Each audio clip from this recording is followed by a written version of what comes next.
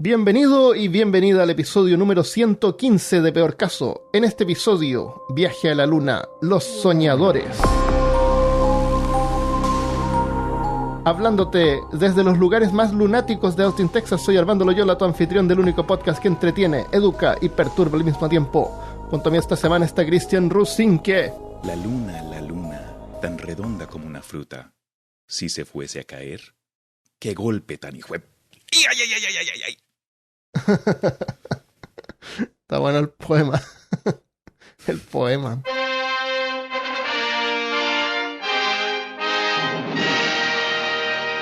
Antes de continuar, tenemos un importante anuncio. Peor Caso tiene una tienda para los que quieran hacer un aporte al podcast a cambio de algo entretenido.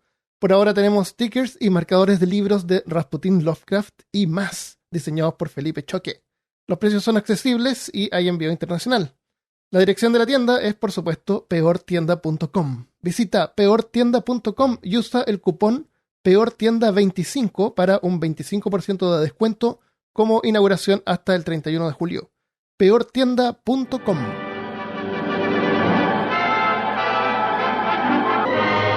En el episodio 99 no es necesario haber escuchado el episodio 99, pero los que lo escucharon van a poder tener así como una sensación de continuidad. Uh-huh. Vimos cómo los primeros astrónomos descubrieron los principios fundamentales para el viaje espacial. Sin embargo, la tecnología para poder salir del planeta o incluso llegar a la Luna estaba todavía a muchos años de ser una realidad. Y hasta entonces nos conformamos con soñar. En el año 1662 han pasado 30 años desde la muerte de Johannes Kepler. El episodio 99 fue de Kepler. Uh-huh. Christopher Wren, un astrónomo inglés, está esperando en la corte del rey Carlos II para presentar un exquisito modelo de la Luna. El rey se queda maravillado con el detalle del globo que mide como 1 metro de diámetro y está montado sobre una plataforma de madera con un eje como un mapamundi, o sea, esos que se giran, pero es así gigantesco. Gigante. Grande. ¡Enorme! Enorme. Cuando el rey lo gira, se decepciona un poco al ver que la parte de atrás todavía no ha sido terminada. Wren le explica que es porque el lado lejano de la Luna siempre está oculto de nuestra vista. La Luna gira, pero al mismo tiempo, al mismo ritmo, gira alrededor de la Tierra. Por eso siempre vemos el mismo lado.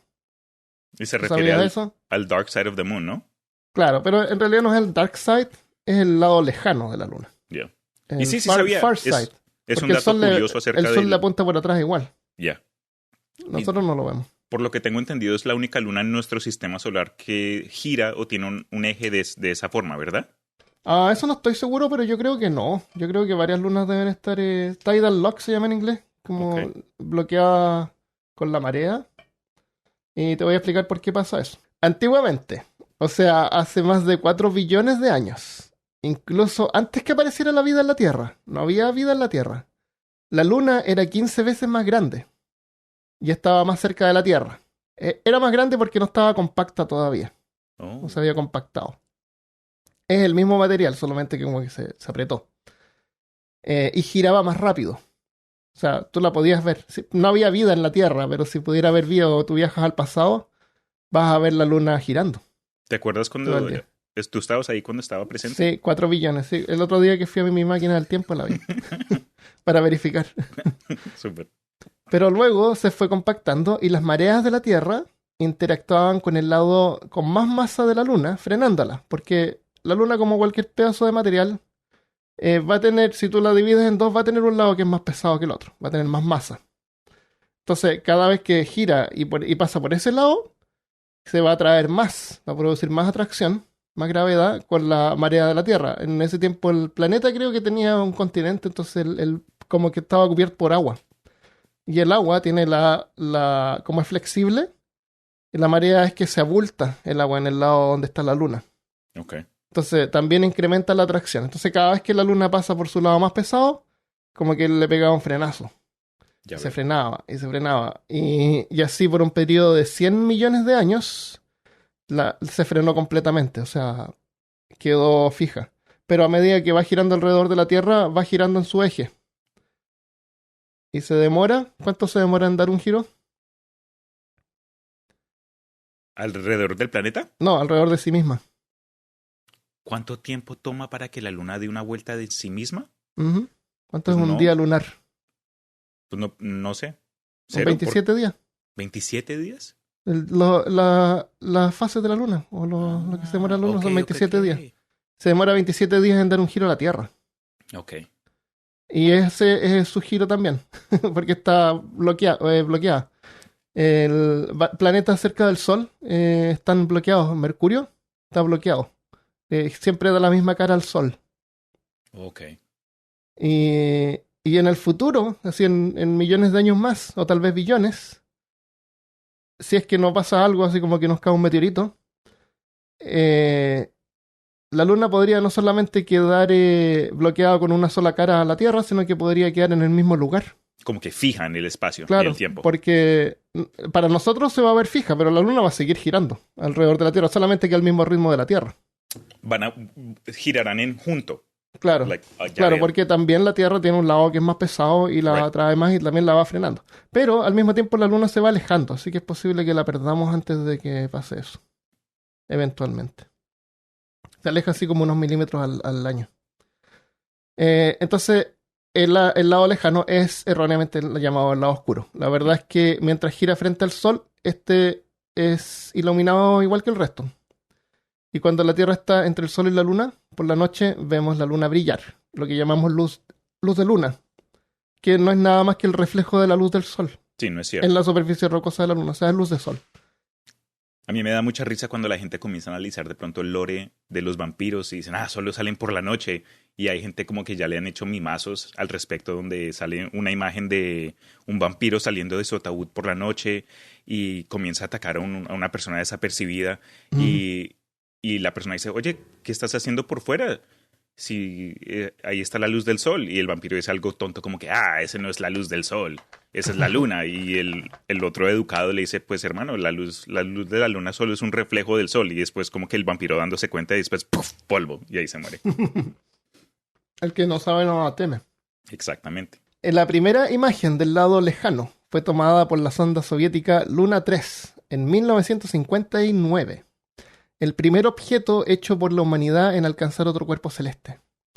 En plena Guerra Fría con Estados Unidos demostró además la precisión de los misiles, sorprendiendo y perturbando al mismo tiempo a los boomers de esa época. Pero nos estamos adelantando demasiado. Regresemos al siglo XVII, cuando el lado lejano de la Luna era más bien como los espacios en blanco y desconocidos al borde de los mapas antiguos. Un lugar fértil para ideas fantásticas de todo tipo. Escritores de la antigüedad hasta el Renacimiento imaginaban que podría estar poblada de monstruos y criaturas mitológicas. O tal vez la Luna está hecha de queso. ¿Has escuchado eso de que la Luna está hecha de queso? Esa idea es un proverbio o metáfora de la credulidad que aparece en varias fábulas. Hay una historia serbia en la que un zorro hace creer a un lobo que por la noche el reflejo de la luna en el agua es una rueda de queso. Y el lobo, tratando de alcanzar el queso, bebe el agua hasta reventar. Uf. Hay un cuento Zulu de una hiena que deja caer un hueso y se mete en el agua a tratar de atrapar el reflejo de la luna.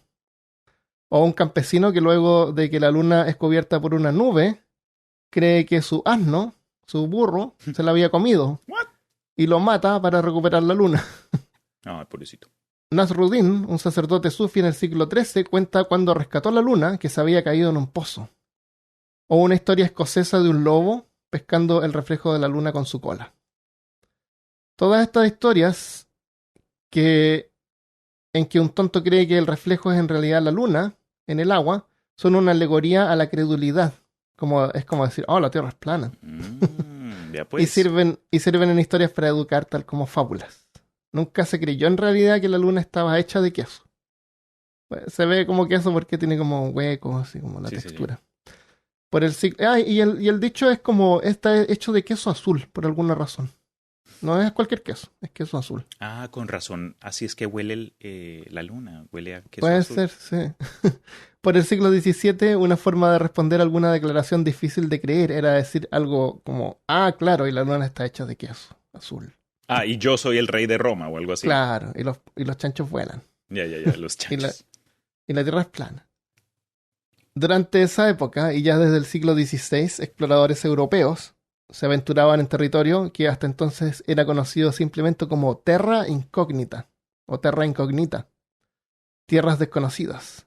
Allí encontraron grandes civilizaciones como las del Centro y Sudamérica, y una exótica vida salvaje que parecía salida de fantasía. Para los que crecieron con estas historias de descubrimientos, no parecía tan descabellado pensar de que, si tan solo tuviéramos los medios, algún día podríamos llegar a explorar la tierra incógnita de la Luna. Así, en 1638, Francis Godwin publica su libro El hombre en la Luna, un viaje de descubrimiento utópico, en el que describe las mecánicas de un viaje lunar que consiste en una bandada de fuertes pájaros entrenados, atados entre sí, que le llevan colgando, elevándolo hasta la Luna. Qué rico. Como una especie de arnés, como una especie de, como que se convierte en un, como que van sosteniendo una silla con cuerdas. Y Como en la película Up, pero en lugar de globos, de bombas, son claro, aves. exactamente, son pájaros fuertes, Qué risa. muy fuertes. Un par de años antes, Kepler había publicado una historia llamada Somnium, en la que Kepler, que hablamos en el episodio ese, escribía libros así como todas las semanas. Y escribió una historia de ciencia ficción. Sacando junto contenido cada con la de semana. Godwin, se sacaba contenido y tiene su podcast. Y al final de cada libro era, únase la próxima semana para más recetas. Claro. Subscribe Bueno, and like. a veces escribía pero no lo publicaba, como en este caso. Mm. Porque por medio de la persecución. No se podía pensar muy diferente en ese tiempo. No hemos cambiado mucho, ¿no? Un poco mejor. Podríamos mejorar un poco más. Un par de años antes, Kepler había publicado una historia llamada Somnium, en la que describe un sueño. La Tierra vista desde la Luna. La historia es un sueño que tuvo Kepler luego de haber estado leyendo sobre un mago llamado Libusa. No sé si eso es parte de la historia o parte de lo que él contó, que cómo escribió el sueño. En el sueño se encuentra leyendo... No, eso es parte de la historia. En el sueño se encuentra leyendo un libro sobre Duracotus, un chico islandico de 14 años de edad, que es su alter ego. Su madre ganaba dinero vendiendo bolsas de hierbas y ropa con extrañas marcas en ellas. Juntaba varias hierbas y en casa las preparaba cocinándolas con varios rituales religiosos. Cosía pequeñas bolsas con cuero de cabra que luego inflaba con los brebajes de hierbas, o sea, como pociones. Y las vendía en un puerto vecino donde los capitanes de los barcos las compraban y usaban para tranquilizarse. Ay, O sea, ¿qué una será? forma ¿Qué romántica de decir será? que su madre era una traficante de drogas. Sí, marihuaneros. Sí. Este programa es para familia, Armando. ¿Cómo te atreves a meter esto acá en el tema? Oye, esto te hace pensar que todas estas historias así como de brebaje o preparaciones Ujú. eran en realidad drogas. Todos los alquimios y Claro. apotecarios, todos. Ajá. Eso. Tranquilizaba a los capitanes de los barcos. Me ¿Qué? imagino que debe haber sido porque era más caro. Puede Los ser. capitanes solamente podían pagar por eso. Entonces, Duracotus era curioso y le gustaba aprender, pero su madre no quería que escribiera porque decía que había muchos usurpadores maliciosos de las artes que, debido a que no entendían nada, por la ignorancia de sus mentes, tergiversaban las ideas y las usaban para crear leyes que terminaban dañando la raza humana. Estamos hablando del pasado, siglo XVII. La verdad es que era como Kepler se sentía en la historia. Él era Dracotus. Y esta historia y la de Godwin fueron solo publicadas después de que murieron. Ellos no publicaron esto. Godwin incluso la firmó con un seudónimo, porque no se atrevía ni siquiera a dar su nombre. Si crees que hoy en día el mundo está infectado por la ignorancia, durante el Renacimiento era mucho peor, y los primeros soñadores debían tener mucho cuidado con lo que decían y cómo lo decían. Esta historia de Kepler está enterrada bajo un sueño, y aún así ni siquiera se atrevió a publicarla. Un día la madre se enojó con Duracotus porque había roto una de las bolsas arruinando la venta. Así que vendió al chico a un capitán. Vendió a su hijo a un capitán. ¡Wow! Así como que ya me arruinaste la venta, voy a cobrar lo mismo por ti. Y así Duracotus viaja junto a un marinero. Siempre enfermo por el movimiento del barco y la inusual temperatura del aire, hasta que llegan a la isla de Haven para entregar una carta a Tycho Brahe. Tycho Brahe sale en la historia. Tycho Brahe aparece en la historia y la isla es donde tenía su observatorio. Ok. Como Duracotus pasaba enfermo, el capitán decide dejarlo en la isla a vivir con Tycho. Tycho les pide a sus alumnos que enseñen danés a Duracotus para que pueda comunicarse. El chico además aprende astronomía de Tycho y sus alumnos y queda fascinado observando el cielo nocturno junto a Tycho. Pasan varios años y Duracotus decide regresar a su hogar en Islandia, donde se sorprende de encontrar a su madre aún con vida. Ay, esta vieja todavía está viva. Ah. Su madre se alegra mucho al saber que él ha estudiado astronomía, ya que ella también posee conocimientos de astronomía. No se me hace raro. Vende hierbas. Claro, la media bruja. Sí, ¿no? Un día la madre le cuenta a Duracotus cómo aprendió de los cielos. Le revela que puede invocar unos daemonios, que son capaces de llevarla a cualquier parte de la Tierra en un instante. Y si el lugar está demasiado lejos, los daemonios le pueden describir el lugar con gran detalle. Daemon es una forma más antigua de la palabra demonio. Uh-huh. La diferencia es que demonio no tiene una inclinación hacia el bien o el mal. Sí, no es religioso. Es Claro, otra no es cosa. religioso. Es como parte del alma, si mal no entiendo. El daemon, escrito de la forma original, se refiere como una parte propia que se refleja en el exterior, fuera del cuerpo propio. Puede ser porque tengo notado que servían como una metáfora para definir el carácter o personalidad de una persona. Sí, es básicamente en lugar de la forma vista hoy día donde se refiere como que a un esbirro del diablo que sale del inframundo con el propósito de corromper. Eso ya es como que una connotación más moderna, pero en el pasado al daemon, aunque todavía se le veía como actos de brujería, no era ahí un duendecito con cachos y cola y de lagartija, pudo haber sido un búho, un gato, un animal, como una representación física del carácter. Yo me imaginaba un hombrecito sin pelo de color rojo. Como un homúnculo. Como un demonio, pero un daemonio. Bueno, un demonio, pero no malo. Nice. Ya, esos son los daemonios. El término eudaemonia es cuando uno es ayudado o protegido por un espíritu. Así, el concepto daemonio personal era muy similar al actual ángel de la guarda. Okay. Mientras que si alguien es conducido por un espíritu caprichoso, el término eudaemonia se traduce como endemoniado. Ok. En la historia de Kepler, luego de que la madre le revela a Duracotus su poder para invocar daemonios, ella llama a su favorito para que hable con ellos. El daemonio invocado le cuenta que a 80.000 kilómetros en el éter se encuentra la isla de Levania, que es la luna de la Tierra, que está a 380.000 kilómetros. No está a 80.000 kilómetros, pero bueno. Hay un camino entre la isla de Levania y la Tierra. Cuando el camino está abierto, los daemonios pueden llevar humanos a la isla en 4 horas. El viaje es un shock para los humanos, así que son sedados durante el viaje. El frío extremo también es un problema en el éter, así que los daemonios usan sus poderes para evitar que los humanos se congelen. Otro problema es el aire, por lo que los humanos deben tener esponjas húmedas colocadas en sus fosas nasales para poder respirar. Que el aire es raro.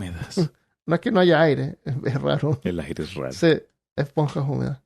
El viaje se hace con los daemonios empujando a los humanos hacia Levania con gran fuerza.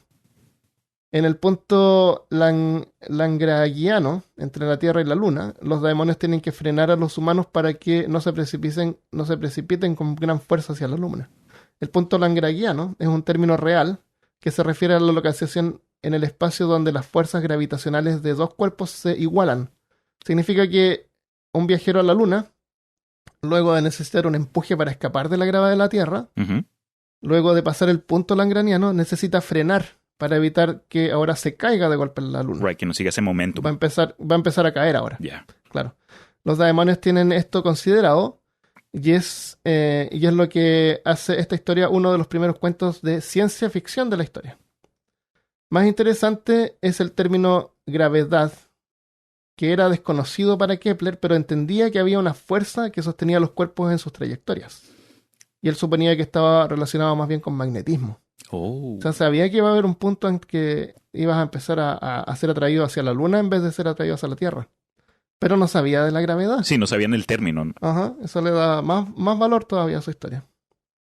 Después de describir el viaje a Levania, el daemonio señala que el sol puede dañar a los daemonios y por eso habitan en las sombras de la Tierra. que los habitantes de Levania llaman volva. O sea, la Tierra es volva y la Luna es Levania en la historia. Durante un eclipse solar, daemonios de Levania pueden aprovechar para viajar al volva. Si no, deben permanecer en las sombras de Levania. Después de que el daemonio describe el comportamiento de otros daemonios, continúan describiendo a Levania, que es la Luna. Ujú. Se divide en dos hemisferios llamados privolva y subvolva. Los dos hemisferios están divididos por el divisor. Privolva es el lado lejano, nunca ve la Tierra, volva, y subvolva ve a volva como la Luna.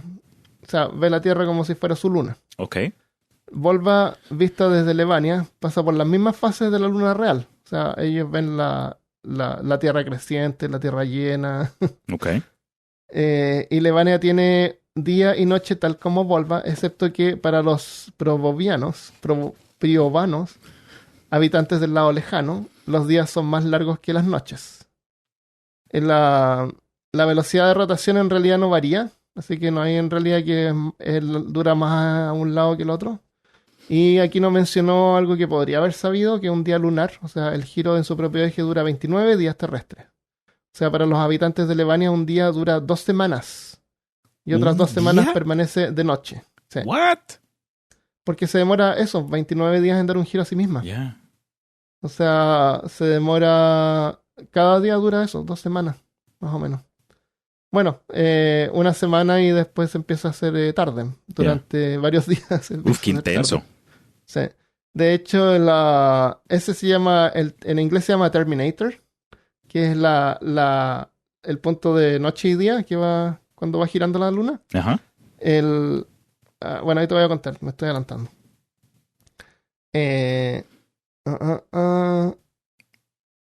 Ver una puesta de sol tardaría varios días en la luna. O sea, el sol queda ahí por varios días y mañana sigue un poquito más abajo y así.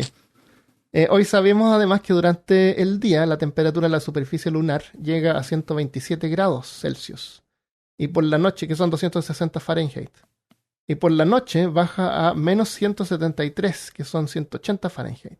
Wow. O sea, si tú te quieres mantener una temperatura más o menos más aceptable, tienes que mantenerte entre el día y la noche. Ujú. Y como la luna gira tan lento, te tienes que mover a unos 15 kilómetros por hora. O sea, tú podrías ir trotando todo el rato. Y te mantendrías entre el día y la noche. Nice. Sí. O un tren así que se mueva súper lento. 15 kilómetros por hora. 15 y algo. Kepler no menciona la duración del día, pero indirectamente sí lo explica al apuntar la rotación y traslación de la luna con precisión. Ok. Las descripciones del daemonio continúan con detalles de naturaleza científica, como la percepción de eclipses desde la luna, el tamaño de los planetas que varían debido a la distancia de la luna a la Tierra, una idea sobre el tamaño de la luna y más. Menciona sobre temporadas en Levania, donde el verano cambia de un lado a otro cada 10 años. En realidad las temporadas como verano e invierno son efectos causados porque la Tierra está tildada, está como inclinada en 23 grados y medio en su eje, con respecto a la línea ecuatorial del Sol. La Luna, o sea, si ponemos el Sol así con su ecuador así horizontal, Ujú. vamos a ver que la Tierra está tildada, está oblicua. Por eso es que le llega a un lado, al lado norte, el Sol cuando es verano en el lado norte y invierno en el lado sur, como ahora. Como ahora. La Luna tiene un tilde, pero solamente de 1,5 grados. O sea, no está tildada como la Tierra. Así que las temporadas en realidad no se perciben, son siempre igual. Sí, no serían lo Siempre es mismo. un infierno de día y un hielo de noche. Algunos detalles de Levania son de pura ficción, como descripciones de las criaturas que habitan subvolva y privolva, el crecimiento de las plantas en cada lado y el ciclo de vida y muerte de Levania. Cuenta que la superficie es porosa y hay cavernas donde habitan los privolvans y se protegen de las temperaturas extremas. Todo lo que brota, camina en la superficie, es de un tamaño monstruoso. Los aumentos de tamaño son muy rápidos. La vida es de corta duración porque todos los seres vivos crecen con una enorme masa corporal. Los privolvanos no tienen una vivienda fija. En el espacio de un solo día atraviesan todo su mundo en hordas. Hay muchos que bucean y todas sus criaturas vivas respiran muy lentamente. Pueden refugiarse en el fondo de las aguas profundas. Dicen que aquellos en las profundidades del agua soportan el frío, mientras que las olas superiores están hirviendo por el calor del sol. Los que permanecen en la superficie son hervidos por el sol del mediodía y sirven de alimento para los colonos errantes. O sea, los de la superficie van como alimentando a los demás abajo. En general, el hemisferio sur Volvan se compara favorablemente con nuestros pueblos, ciudades y jardines, mientras que los Privolvan se asemejan a nuestros campos, bosques y desiertos. Todo esto es fantasía. La corteza de los árboles y la piel de las criaturas vivientes ocupa la mayor parte de la masa corporal porque es esponjosa y porosa. Si alguna criatura es tomada por sorpresa en el calor del día, su piel se endurece, se quema y se cae por la noche. Eso lo encontré interesante. O sea, tú tienes una piel que es como esponjosa o una corteza, y se te cae y tú puedes salir de adentro de vuelta. O sea, no te, como un te cangrejo. protege así de la... Claro, como que te protege de la luz del sol, del calor. Un exoesqueleto poroso que puede reemplazar. Y me imagino que se regenera si se cae.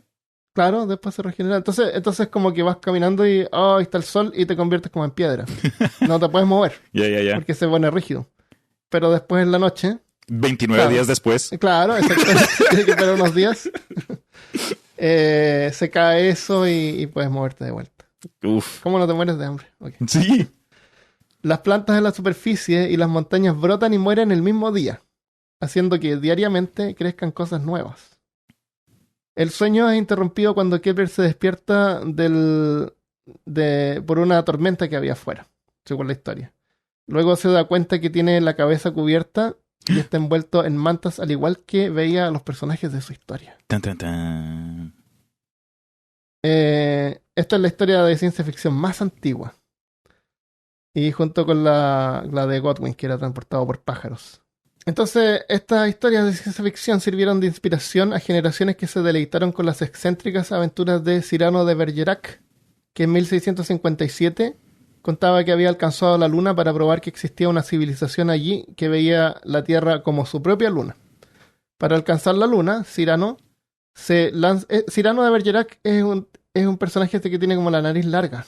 Ok. ¿Se lo conoce? Como un mentiroso, entre comillas. Sí, pero no es mentiroso. Es como de fantasía. Hay una película que se llama Roseanne, creo que se llama. Que es... ¿Cómo se llama este tipo que es comediante con pelo blanco? Que toca el banjo. Steve Martin. Ah, sí, Steve el actor. Sí, el actor. Hay una película que se llama Roseanne donde él hace de Cyrano de Bergerac. Es la historia de Cyrano de Bergerac, pero en el mundo moderno. Okay. Y es la parte donde él se enamora de una persona y tiene a alguien que le ayuda. Pero hay otra historia de Cyrano donde él va a la luna. Ok. Entonces, para alcanzar la luna, Cyrano se lanza al cielo desde París, atando botellas de rocío en su cuerpo. No sé cómo eso le iba a ayudar. Salta alto y cae de vuelta en la Tierra, pero como está confundido, cree que ha caído en la luna. En una ciudad llamada Nueva París. Es como otra dimensión, pero es París. Qué risa. En el libro Iter Lunare, el autor David... Entonces, en esa historia, como que le pasan cosas como que siempre le da a entender a él de que él está en otro lugar, pero en realidad es el mismo lugar. Sí. En el libro Iter Lunare, el autor David Rusen imagina alcanzar la luna en un carruaje catapultado por un resorte gigante. Aquí tenemos un método mecánico para alcanzar la luna. Nice. Luego, en 1687, con la publicación del Principia Matemática de Isaac Newton, demostró que la fuerza de la que hablaba Galileo y Kepler era en realidad la misma, la gravedad. Y con sus 3 leyes que definen el comportamiento de los objetos en el espacio, el viaje a la Luna estaba ahora más cerca que nunca. Para aclarar cómo los cuerpos celestes con la Luna se mantenían en órbita, Newton propuso el siguiente experimento mental. Imagina un cañón en la cima de una montaña más alta, paralelo a la Tierra, apuntando hacia el horizonte. Cuando disparas el cañón, el proyectil sale volando por una distancia y luego cae al suelo, por la gravedad. Ahora trata de nuevo, pero con más poder. El proyectil viaja a una distancia mayor, pero finalmente cae al suelo en un arco más grande. Uh-huh. Si repites el proceso con una fuerza tan grande, de modo que el arco sea el mismo que la curvatura de la Tierra, el proyectil va a quedar girando, y eso es lo que se llama en órbita. La Estación Espacial Internacional está en órbita. Ujú. Los astronautas flotan. Los astronautas flotan no porque no hay gravedad suficiente para traerlos a la Tierra. O sea, si la Estación Espacial Internacional no se moviera, ellos caminarían de forma normal, no flotarían. Ok, Ellos flotan porque la estación está cayendo todo el tiempo. ya veo. Pero a esa distancia desde la Tierra hay gravedad. Y es como No- el no es mismo que no haya efecto cuando uno está en un ascensor y tú sabes, bueno, yo por lo menos lo he intentado cuando uno está en un ascensor y estás subiendo o bajando, antes de que llegues al piso correspondiente, el elevador para de una forma que si saltas en el momento correcto flotas como por un microsegundo y es como que el mismo Sí. efecto de, ok, eso Exacto, no lo había sí. captado, nice. Hay un avión que tú puedes tomar donde entrenan a los astronautas. Sí, los he Es visto. un avión que vuela y de repente se cae como a pique, así como en 45 grados, por así 3 minutos. Exacto, eso. Y durante ese tiempo la gente dentro del avión flota. Es el mismo efecto ese de la estación espacial. Qué chévere. O sea, ellos no están flotando porque no hay gravedad. Sí, no Por flotan muy porque sexy quieren. que sonaría, pero no. Es porque están cayendo. Entonces, si está cayendo, ¿por qué por qué la cosa esta no se cae? Porque sigue girando. Están... Pero va perdiendo velocidad. Entonces, cuando va perdiendo velocidad, se empieza a caer. Tiene que ser propulsada. Mm, Hay un sistema de propulsión. Tiene que ser constantemente empujada para que mantenga su Claro. velocidad. ok. Si no, se cae. Newton continúa explicando que si la velocidad del proyectil fuera mayor que la necesaria para mantenerlo en órbita, éste escaparía al espacio. O sea, la Estación Espacial Internacional se mantiene viajando a 28.163 kilómetros por hora. Esa velocidad, cada vez que le agregan módulos, se gana masa, Claro. como que gana peso. Entonces hay que cambiar la velocidad, hay que hacer que acelere un poco más. Y tienen que calcular eso usando una calculadora. y hacer que viaje más rápido. Entonces tiene un módulo de propulsión, tiene combustible ahí y se activa, no sé si cada ciertos días la harán funcionar un rato, pero tiene que ser impulsada todo el rato. Ok. La idea del cañón y el proyectil era solamente una analogía. Pero en 1865, para un escritor en París, fue una revelación. Su nombre era Julio Verne.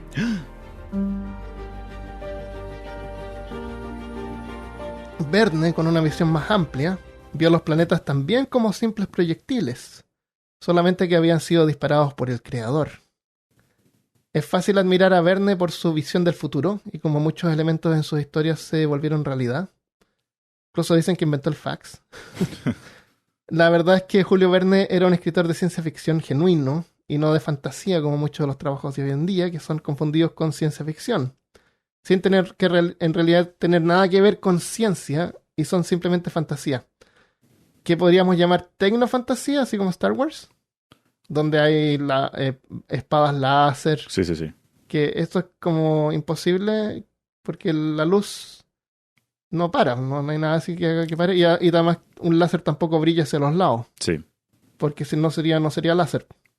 Tú ves la luz solamente del objetivo. Entonces hay un montón de esas cosas que flotan. Sí, Eso es como tecnofantasía. eso no lo sabía, no lo es ciencia aprendí ficción. ayer, que hizo un episodio acerca de Star Wars que supuestamente Ahí está, está uno experto, piensa entonces. que es ciencia ficción, pero me explicaron que no, que es fantasía. Ya, estamos de acuerdo entonces. Ya. Así que bueno. Sí, eso es como más tecnofantasía. Tiene algunos aspectos de repente aquí y allá, Ujú. pero nosotros sabemos y suspendemos la credibilidad Of course. para disfrutar cómo explosiones hacen sonido en el espacio, porque Como es las como más espectacular. pistolas hacen piu, piu, piu. Claro, todo eso. Entonces es como divertido. Mientras que es muy entretenida y puede inspirarnos. Aquí podemos agregarte que películas de ciencia ficción pueden ser así como, por ejemplo, Interstellar, Ujú. antes que entre al hoyo negro. Vale. Hasta ese momento es como ciencia ficción. Está basada en la física real o la física que conocemos. Mientras que es muy entretenida y puede inspirarnos, muchas veces funciona como entretenimiento chatarra. Estoy aquí pensando también en Transformers, por ejemplo. Eso Sí, es estoy de acuerdo. tecnofantasía. Es algo que consumimos para pasar el rato y pronto nos abandona. Oye, Transformers, tú ves una película de Transformers y no tienes idea de cuál estás viendo. Tú no me puedes Claro. contar así qué pasó en la tercera. Sí, después de la ¿Qué pasó en primera la como que cuarta? fue ya camino Son como abajo. todas iguales. Ya Sí.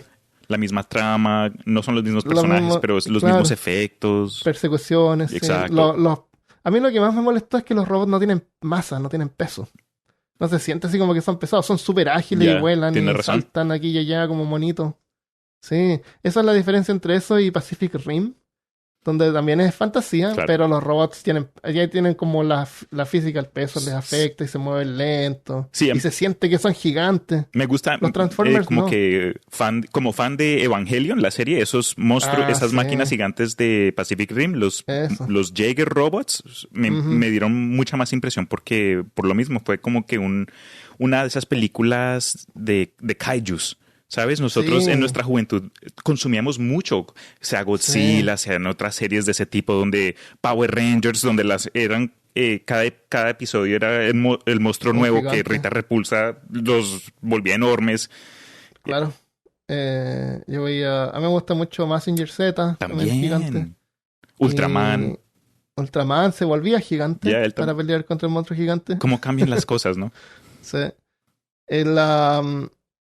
Entonces la ciencia ficción, a cambio, no solamente inspira, sino que está basada en la realidad, en la biología, física y química de nuestro mundo. Ok. Y cuando inspiran a un joven estudiante de ciencia, este puede llegar a cambiar el mundo real. Ese es el valor que tiene una película o un trabajo de ciencia ficción. En esa última categoría están los trabajos de Julio Verne. Él no era un vidente que predijo el futuro. Verne activamente se mantenía informado sobre los últimos avances tecnológicos. Y aunque no era un científico, era un amante de la ciencia que como artista esparcía su fascinación con el resto del mundo y de esa forma ayudó a impulsar los conceptos descritos en sus historias para convertirlos en realidad. Julio Verne había pasado 4 años siguiendo las noticias sobre la guerra civil de Estados Unidos, que justo había como terminado hace poco. Veo que ambos bandos habían inventado poderosas armas y cañones capaces de infligir carnicerías inimaginables. Cañones tuvieron un rol importante durante la guerra. Se necesitaba un equipo de como 10 personas. Tengo acá información sobre cañones. Vamos a aprender sobre cañones. Se necesita un equipo de 10 personas para operar uno, aunque solo 2 eran necesarios en caso de emergencia. Se necesitaban varias personas para esponjar el cañón, para evitar explosiones no planificadas, llevar proyectiles desde la parte posterior, embestir el polvo y la carcasa en la parte posterior del tubo y al menos un artillero, que era el encargado de apuntar el arma calculando la distancia y la posición del objetivo. Ok. Tenía que calcular el arco. Eso ha haber sido complicado y harta responsabilidad. Me imagino. Ser 10 artillero. personas. Bueno, en 10 sí, personas para limpiarlo, poner ya. los tubos, pero el artillero es como el ingeniero, el que tiene que calcular Te capto. el ángulo y todo eso. Los cañones eran capaces de disparar varios tipos de municiones. No es como una pistola que dispara solamente una o dos cosas. Las balas de cañón eran objetos sólidos y redondos que rebotaban en el suelo Uf. y se usaban para atacar fortificaciones y artillería enemiga. El proyectil cubierto era un proyectil antipersonal, lo que significa que se usó contra soldados. Era una concha hueca llena de restos de metal llamados metralla. Una vez disparaba contra una formación que se aproximaba, el proyectil explotaba en el aire, extendiendo la metralla en un radio grande. La metralla son pedazos de metal capaces de desintegrar carne y huesos. Sí. O sea, una bala te traspasa. Pero la metralla es un pedazo así de metal grande que te pasa y te rompe Sí, todo. un fragmento. Sí. A medida que el enemigo se acercaba, la tripulación cargaría el arma con un recipiente del tamaño de una lata de café lleno de pequeñas bolas de metal. Una vez disparada, la lata se desintegraba extendiendo las bolas hacia afuera en un abanico, esencialmente como una escopeta gigante disparando cartuchos de 5 kilos. Uf. Todo esto era interesante, triste, pero interesante. Para Julio Verne, la incógnita que le fascinaba más era que cuando la guerra terminara, ¿qué iba a pasar con los genios que habían inventado las armas que destrozaron el país? Así es que decidió escribir un libro sobre eso. De la Tierra a la Luna.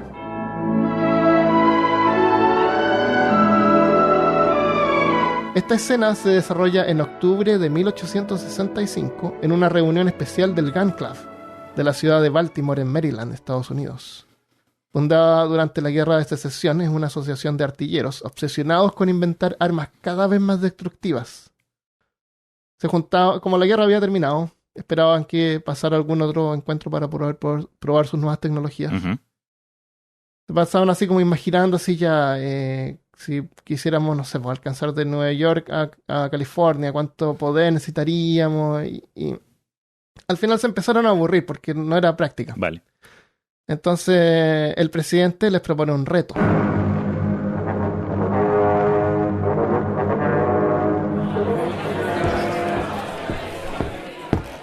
Dignos colegas, pasarán muchos años hasta que nuestros cañones se estremezcan nuevamente en el campo de batalla.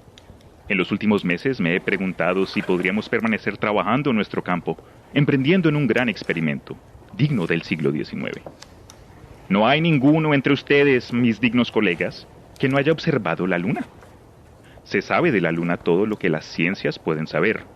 Ustedes conocen todos los avances en balísticas que se realizaron en los últimos años y la potencial perfección que las armas hubieran alcanzado si la guerra hubiese continuado. Necesitamos hacer algo real. Dignos colegas, les suplico, por favor, toda su atención. Las ciencias nos han enseñado todo lo que hay que saber sobre la luna. Nosotros podríamos aportar la tecnología para finalmente establecer una comunicación directa con ella. Señores, por favor. Muy bien. Distinguidos. Tengo el honor de proponerles que intentemos este pequeño experimento. Conseguir impactar la luna con un proyectil enviado desde la Tierra con un cañón enorme.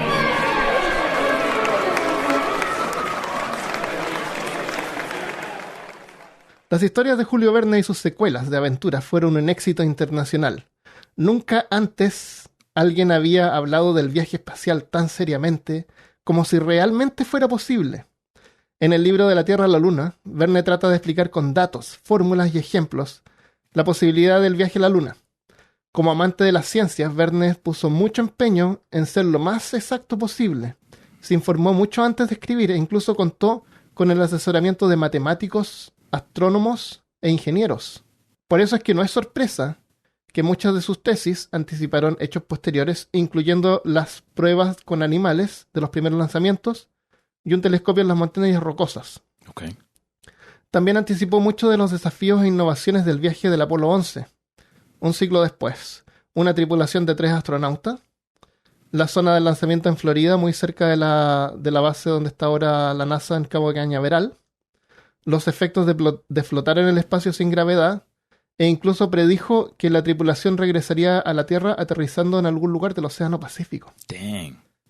Y tan realista fue su relato que en 1865 muchos lectores del Journal des Débats, un periódico donde el libro fue publicado en partes, lo publicaron así como en pedazos, creyeron que era una crónica de algo que estaba realmente pasando en otra parte del mundo y querían participar en el viaje. En la historia de Verne, luego que los trabajos del cañón estaban bastante avanzados, el Gun Club recibe un telegrama urgente de un francés que les pide parar los trabajos del proyectil, pues él tiene la intención de ir a la luna dentro del proyectil. Les convence de realizar nuevos cálculos y pruebas y terminaron viajando en el cohete 3 personas. El cohete llevaba el nombre de Columbia. El francés este era como el alter ego de Julio Verne. Ok. Era como que él viajaba. El francés. Estaba el otro tripulante, era el que habló, o sea, tú. el presidente del club y otro más, no sé quién era. Pero era como un adversario del presidente del club. Vale. El cohete llevaba el nombre de Columbia, el mismo nombre que los astronautas del Apolo 11 en 1969 nombraron su cápsula en honor a Julio Verne. Ah, ok. Porque ellos querían ser los nuevos Cristóbal Colones. Sí, porque necesitamos más. Para llegar a otro mundo. Porque fue una persona tan buena. Claro. Bueno, él descubrió, ¿no? I know what you mean. Cada narrador que ha viajado a la luna en su mente sabe lo que Verne sabía, que la exploración no solamente requiere de avances técnicos y científicos, sino que también un avance en la imaginación. Oh, ¿en la qué? En la imaginación. Oh, en el imaginario. En el imaginario. Entonces damos paso acá para la segunda parte. El plugin. Que va a quedar en el imaginario. Sí. Y eso es lo que tenemos por hoy. El viaje a la luna de los soñadores. Pero muy interesante porque después de todo nos presenta nuevamente que para todo, sea avances en la tecnología de armas de guerra, avances en tecnología para la exploración subacuática, todo requiere un poco, obviamente, de datos científicos, pero un poco de creatividad de nuestra parte como ser humano. Es tan importante como los datos científicos, la imaginación. Tú quieres pintar tu casa, tienes que imaginarte de qué colores quieres pintarla, todo. Para todo se necesita la imaginación, es súper importante. Visualizar y es algo difícil de poner en contexto porque el proceso de poner algo de lo que no se entiende en restricciones mentales es como que cuando alguien te dice, imagínate un Cho'Gath de HP y es difícil ese concepto de una masa sin forma con forma. En fin, sí. es un ejercicio mental. Exactamente. Por eso leer libros también es interesante donde tú puedes imaginar. Tu mente es una máquina creativa. Las respuestas de la vida tú las buscarás. Si la mente la usas con creatividad, la luz podrás tú ver. En cultura popular tenemos libros de 1865 de la Tierra a la Luna, de Julio Verne. Y 5 años después escribió la segunda parte, que se llama Alrededor de la Luna. ¿Sabías tú que había una segunda parte de ese libro? No sabía. Bueno, no sabías porque en realidad ese libro, más que una segunda parte, es como una continuación. Okay. Porque en el primer libro no se describió muy bien el viaje a la Luna. Curiosamente. Fue un remake. Fue una continuación y de hecho cuando tú compras el libro ahora se llama De la Tierra a la Luna y Alrededor de la Luna. O sea, fueron los dos condensados en uno. Fue como un segundo capítulo. Ya, ok, te capto. En el primer libro no regresaban a la Tierra, en el segundo se ve cuando regresan y todos los problemas que tienen. Creo que llevaban un perro también, el perro muere. Y lo tienen que expulsar de la cámara. Claro. Películas. Está la película de 1902, Un viaje a la luna, el corto caricaturesco creado por Georges Méliès. Sí, el de blanco y negro. El tipo de eso que se ve que le pega la luna en el ojo. Ya. Ese fue un corto, eso eran caricaturas que él hacía, pero caricaturas con personas reales y props y todo eso. Sí, con maquetas. Y aparece descrito en la película Hugo. Okay. O Hugo. Yeah. ¿Has visto esa película? No, pero la tenemos ahí. A Sam le gusta, pero es que te recomiendo verla, te va a encantar. ¿Ya? Yeah? Sí. Pero es que los actores niños siempre me joden, bro. Está Sacha Baron Cohen. Oh. Y vela por Georges Méliès. Y vela también porque el automatón que hacen en esa película es real. Es una maquinaria que hicieron de verdad, no es CGI. Ok. Oye, cuando yo vi esa película la primera vez pensé que toda la película era CGI. ¿Pero son efectos prácticos?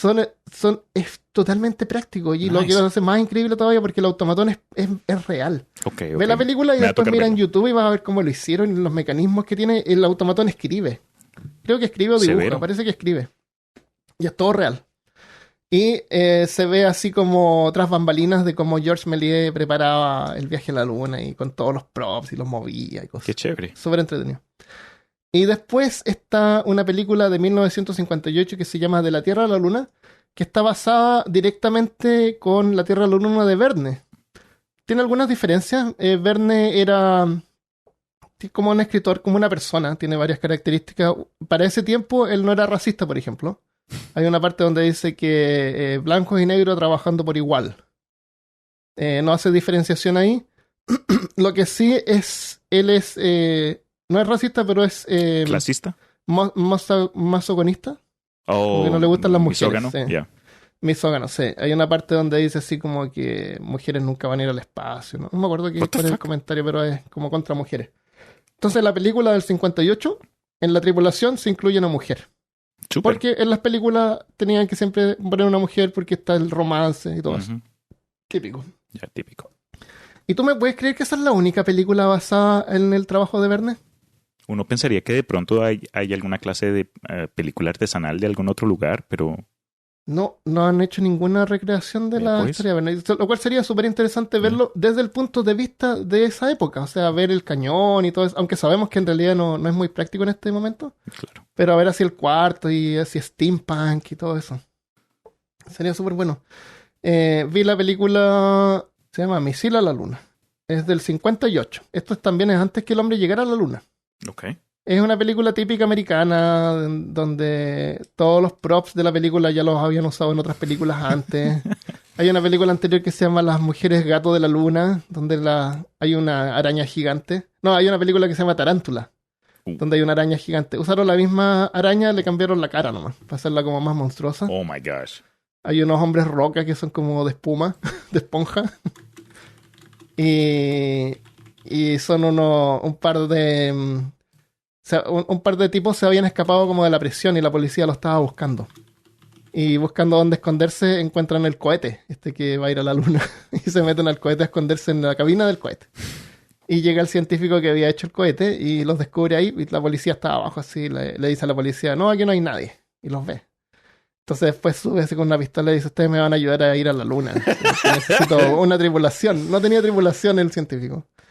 Al final que van a la luna y resulta que el científico era un habitante de la luna. Él quería regresar a su planeta. A su luna. Qué risa. Y cuando llegan a la luna hay un montón de mujeres y está la araña esta y es muy mala. Se llama Misil a la Luna. Y están estas en Tubi. ¿Tú conoces Tubi? Tubi es un servicio de streaming gratis que tienes que ver propaganda. Ay, y tiene un montón de películas antiguas. Es gratis. Ves unas propagandas de repente nomás. Tiene comerciales. Pero es gratis y tiene un montón de películas de estas viejas. En blanco y negro. Estas a color. Ok. Que de repente son chistosas así porque es como irónico verlas hoy en día. Sí, yo soy fan de las películas antiguas o lo que se considera películas de clase B o de clase C. Películas malas, básicamente, porque son tan malas que son buenas. Y todas las cosas que tú ves y notas así como estas sillas hayan sido usadas como en 5 películas. Las paredes del misil, del cohete por dentro eran estos paneles con hoyitos donde pones herramientas. Sí. Con unas cosas tecnológicas, unos relojes aquí y allá. Es muy chistosa. Ya, y eso es lo que tenemos. ¿Quieres agregar algo más? Pues no sé, hermano. Cuando en relación al capítulo, algo que me llamó mucho la atención que comentaste fue que Verne en sí era un autor que le gustaba estar al día con los avances tecnológicos. Y aunque no es necesariamente acerca del mismo tema con respecto a los pioneros que primero tuvieron estas visiones de viaje a la luna, un autor que lamentablemente falleció, del cual muchos sabemos, aunque no estemos conscientes, es Michael Crichton. ¿Murió? ¿En serio? Sí, no sabía. ¿Cuándo murió? Murió hace creo que 5 años.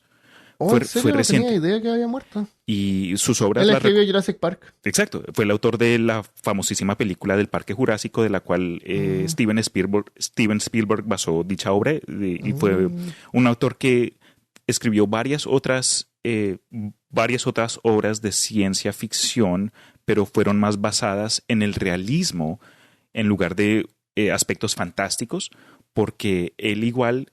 Por ejemplo, usando el ejemplo de Jurassic Park, usó el concepto de la extracción de DNA para generar un concepto de un parque de especies ya extintas.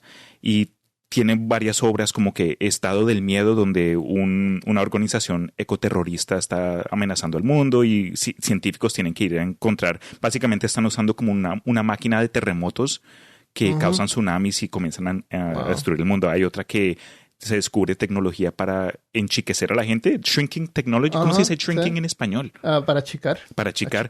Y varias gente se la comen ratones o arañas, matan a un montón de gente. Entonces se les interesa como que el mismo concepto de fantasía que esté al frente de lo que puede que en 100 años sea posible o no. Michael Crichton es un buen ejemplo de obras literarias que son no tan... basadas en la ciencia. Sí, exacto. Entonces, esa es la gracia que tenía la primera película de Jurassic Park.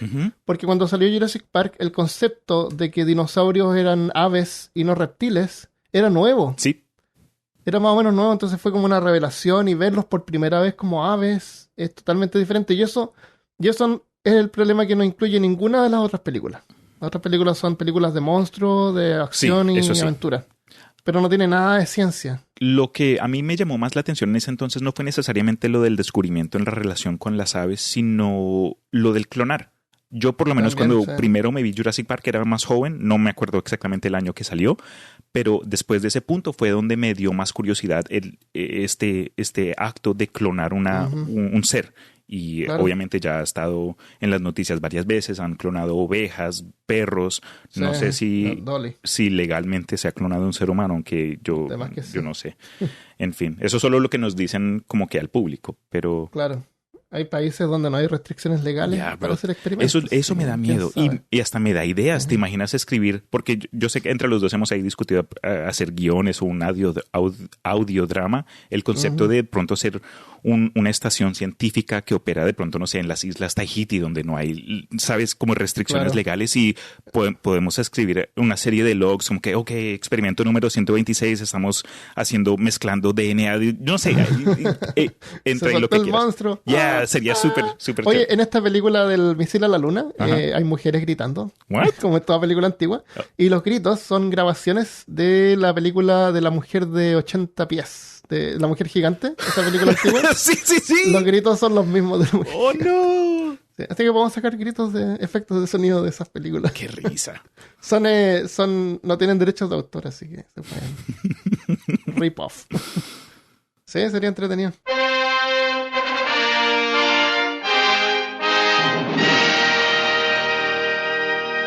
Antes de irnos, vamos a leer algunos saludos. Desde Facebook, Joseph Wookie Bustamante nos manda lo siguiente. Hola, queridos, los escucho desde la Ciudad de México, o como le llamamos de cariño, Tenochtitlán. Los comencé a escuchar a finales del año pasado y durante la cuarentena casi he escuchado todos los programas. Quiero decirle que son fenomenales.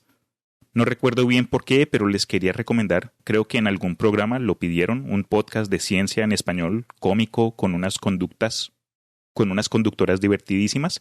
Ellas son dos biólogas, ambas con un doctorado, y su podcast se llama Mandarax. Inclusive los títulos de los programas son graciosos. Espero que Peor Caso tenga mucho éxito. Muchas gracias, Joseph. Si sé algo es que es Tenochtitlan. Si lo pronuncié mal, muchísimas disculpas. No fue intención mía. Pero gracias por el comentario. Sí, en algún momento siempre preguntan si otros podcasts parecidos a Peor Caso. Sí. Y hay un montón de podcasts de ciencia, pero son todos seriotes. Mandarax es una buena alternativa, así que escúchenlo. Te lo agradezco. Es buena. Son dos chicas. No tienen una periodicidad muy frecuente, pero creo. Pero he escuchado algunos episodios y son bien buenos. Me gustan. Así que les mandamos saludos desde Peor Caso. Saludos a ustedes y a Joseph. En Facebook, Britney Nicari Maldarejo nos manda un mensaje. Dice: hola, soy de Perú, tengo 16 años. Siempre escucho sus podcasts, son de lo mejor. Logran entretenerme y sacarme una sonrisa. Quisiera que mis clases de historia sean tan entretenidas como lo hacen ustedes. Britney, lamentablemente, el colegio de repente, en prácticamente los colegios, lo que tienen que hacer es como que enseñar que la gente aprenda de memoria, pasar las pruebas para que el gobierno les siga dando las subvenciones. Claro. Enseñan a saber responder en lugar de pensar. Claro, entonces de repente hay que buscárselas por uno mismo, así como escuchar podcast, por ejemplo, eso es un buen paso. Y afortunadamente hoy en día, gracias a Internet, hay un montón de información disponible y se puede aprender mucho buscando. Y a lo mejor en el futuro tú misma puedes hacer un podcast sobre lo que te guste, Eso. lo que te entretenga, sobre historia. Sí. Porque es entretenida, la historia tiene hartas cosas descabelladas. Así que muchas gracias por escuchar y gracias por querer saber un poco más de lo que sabías antes. Sí, siempre apreciamos los comentarios. Ok, acá tenemos una revisión por Facebook de Daniel Bolívar Arbeláez, discúlpame. Excelente contenido, hosts carismáticos y una aproximación con humor y a la vez seriedad de temas oscuros y curiosos. Muy cierto. Gracias, Daniel. Gracias. Opal.girls_. Creo que esto es Instagram. Dice: hola chicos, me encanta su podcast. Los conocí en un video que hizo una youtuber recomendando podcast y desde entonces los escucho en Spotify. Es genial cómo hablan de temas interesantes y perturbadores, pero sin pasarse de serios. Oye, nosotros somos serios. Claro, yo soy un hombre hecho y derecho. Yo nunca me río. ¿No? Me hacen reír mucho, los escucho mientras hago caligrafías y dibujos y me siento acompañada y me sacan risas. También me desespero un poco cuando se les olvidan las palabras. Pero es parte de eso, me encanta. Yo también me desespero cuando estoy editando y me acuerdo de la puta palabra. No, sí, es lo peor. O alguien se olvida de decirlo. No, era esta. Y me dan ganas así como de editarle, ponerlo encima. Y de repente lo pongo. Para mí lo peor es el alguna momento aclaración. cuando estoy tratando de expresar algún pensamiento y me trabo en alguna parte y después de ese, como que ese pánico, termino tratando de compensar por esa falla y termino hablando más rápido y me enredo peor. Eso, Sí, no, hermano. que relajarse. ¿Por qué no podemos pero hablar de forma telepática? ¿Ah? ¿Cuándo va a salir esa tecnología? Transferir nuestras ideas. Sí, eso. Automáticamente. Confieso haberlos escuchado en el baño. Ok, eso es perturbador. En fin, son unos genios. Un beso a todos los integrantes de Peor Caso desde Argentina. Se los aprecia mucho. Muchas gracias, Opal. Y apreciamos tu honestidad, Opal. Sí, todos lo hacemos en algún momento. Claro. Y eso es lo que tenemos por ahora. Muchas gracias por todos los saludos. Apreciamos todos los mensajes. Y sigan escribiendo, lo pueden hacer en las redes sociales o a contacto@peorcaso si quieren enviar un email. Pueden enviar audios también. Ujú. Nos han enviado audios. Imágenes. Si ustedes están ahí dibujando, como nos dijo Opal en alguno de los episodios, y quieren compartir las sí, artes, mándenlos también. Eso. O le pongan en hashtag peorcaso y la podemos compartir en el Instagram. Sería súper. Eso. Bueno, eso es lo que tenemos por ahora. Espero que les haya gustado. En la historia no describí cómo funciona la máquina en el libro de Julio Verne, porque eso queda para ustedes, para que lo lean. Es tarea. Es tarea, claro. No, entretenida, sí. Antes de terminar, tengo otros avisos. Desde julio se podrán suscribir a Peor Caso también en YouTube, como una alternativa a Patreon. Los que quieran apoyar el podcast ahí pueden escuchar los afterpods, usar unos emojis especiales en los comentarios y recibirán descuentos para la nueva tienda de Peor Caso, peortienda.com. Es complicado recolectar direcciones en YouTube como para mandar stickers, así como en Patreon. Y esa fue una de las razones por la que habilitamos la tienda. Con cupones de descuento es más simple y además stickers y marcadores están ahora más disponibles para todos y todas. Para Patreon también tenemos algunos ajustes a partir de julio para incluir las recompensas de stickers holográficos y marcadores de libros. Los stickers holográficos no son tridimensionales, solo brillan con los colores del arco iris. Patreons actuales, cazadores y archivistas que habían recibido stickers en el pasado recibirán gratis marcadores de libro. Les enviaré un mensaje luego con más información y también información sobre el estado del servicio de correo que está afectado en este momento por el COVID-19. Muchas gracias por todo el apoyo al podcast. Si tú también quieres colaborar, puedes hacerlo en patreon.com/peorcaso y desde julio en youtube.com/peorcaso. O en la nueva tienda. Recuerda que hasta fin de julio puedes usar el cupón peortienda25 para un 25% de descuento en peortienda.com. No puedo creer que ese nombre de dominio estaba disponible. Peortienda.com, propiedad de Peor Caso.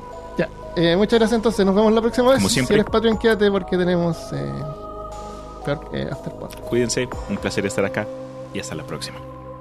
Adiós. Chao.